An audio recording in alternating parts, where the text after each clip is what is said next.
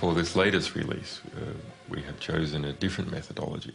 We have tried to pull it out over time, rather than having it all go out in one hit.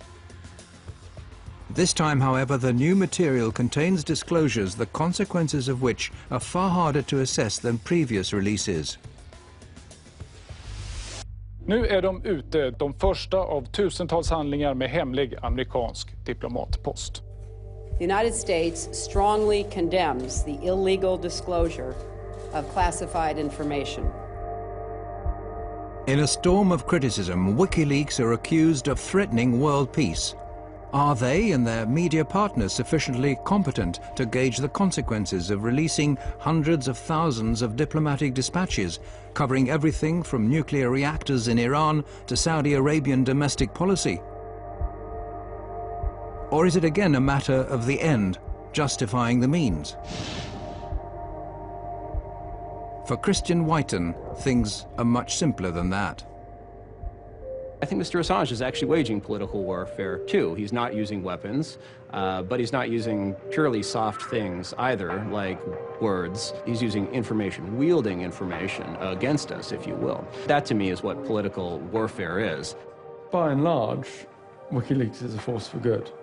I think you can't just be absolute on this.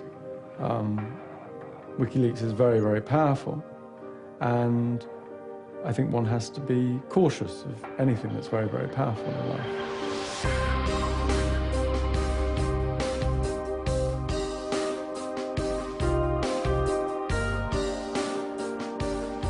Wikileaks' website may disappear again tomorrow, or it may suddenly reappear in 1,000 other locations.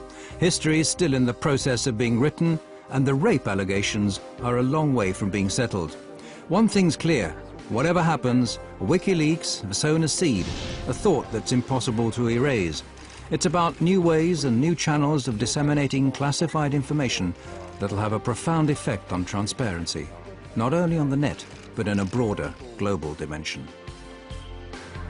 Well, what I really learned in the last 3 years is that a difference can be made bottom-up and not only top-down. Information does not respect borders.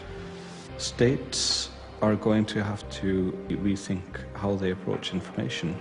Any state which fails to do this will cease to exist. Well, you know, if we're going to have a military and a defense policy, it's predicated on having information that is controlled. Of course, we're a democracy. We're one of the most open countries, I believe, in the history of the world. But information has to be protected in certain circumstances and denied to the public. Democracy without transparency is no democracy. I mean, that's just an empty word.